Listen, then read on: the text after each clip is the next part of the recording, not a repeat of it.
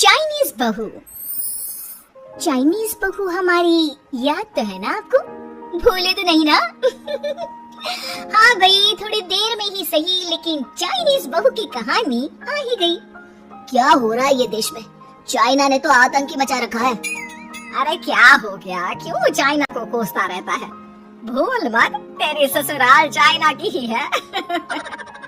हाँ माँ, पर ये देखना, लड़ाई झगड़े, ये बीमारी, ऊपर से ये देश कितना चालाक है।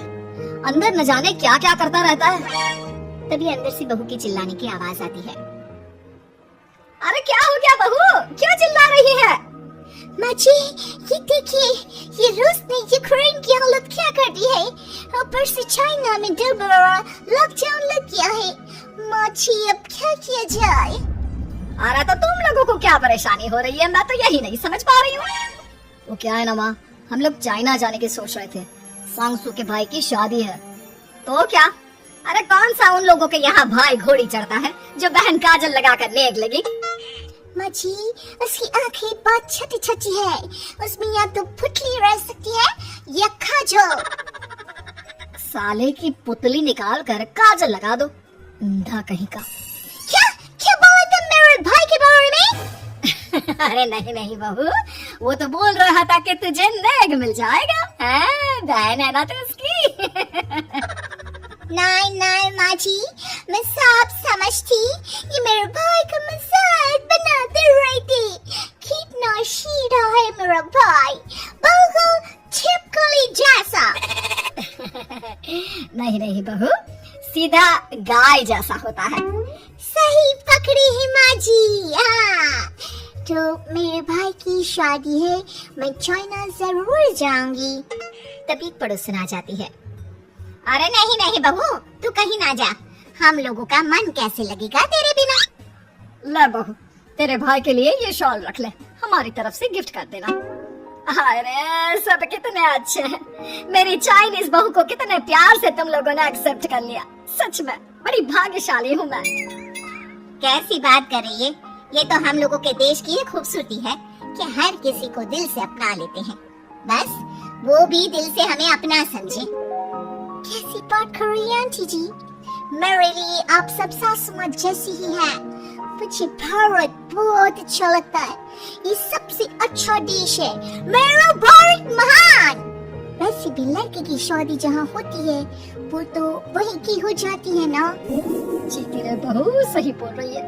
औरत तो होती ही पानी की तरह है, जो जहाँ जैसे रखे वैसे ही शेप ले लेती है। आंटी जी, ये थोड़ा सा ज्यादा हो गया, समझ नहीं आया।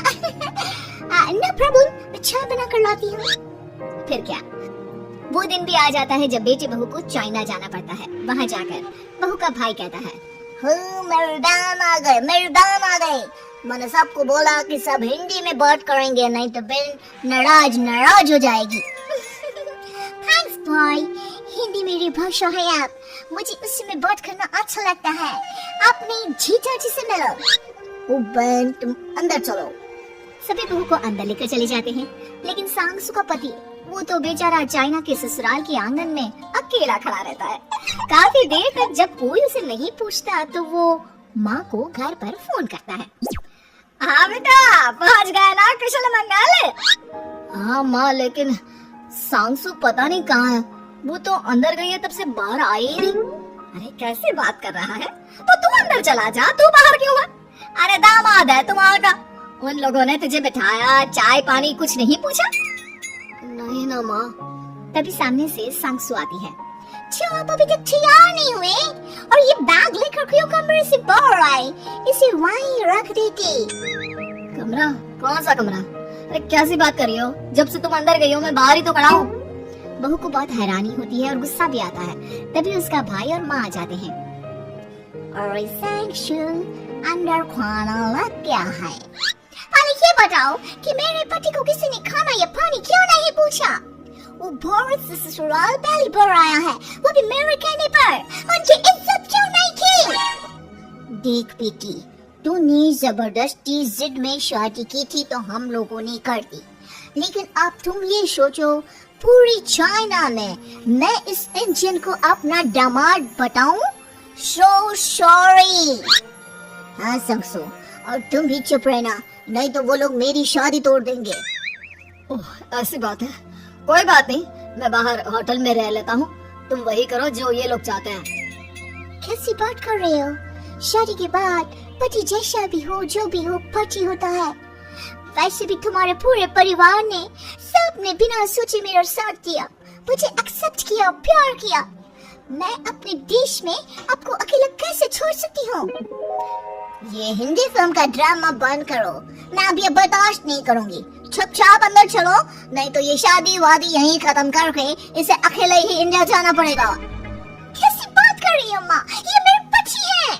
है नहीं था, हम लोगों ने यहाँ वकील को बुला लिया है, जिसके बाद अब तेरा तलाक करा के हम यहाँ के चाइनीज लड़के से तेरी शादी करा देंगे। अरे कैसी बात कर रहे हो? हम तो यहाँ तुम्हारी शादी के लिए आए थे। नहीं नहीं, मैं सांसू के बिना नहीं रह सकता हूँ।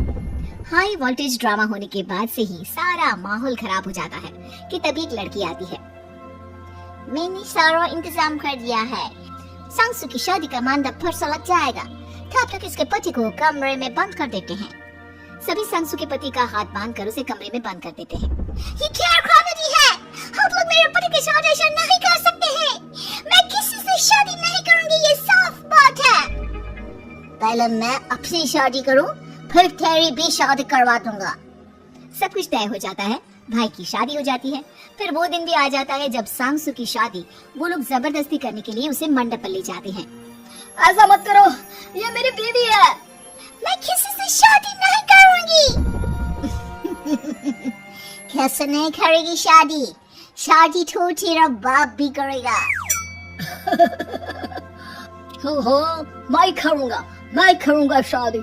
प्लीज कोई मेरी शादी किसी अच्छा औरत से करवा दे।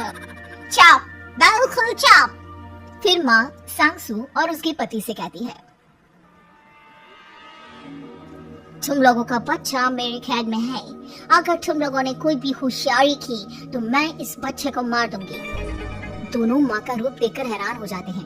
बच्चे की खातिर दोनों शांत हो जाते हैं और शादी की रस्में शुरू हो जाती है कि तभी सांसू की सास पुलिस के साथ आ जाती है।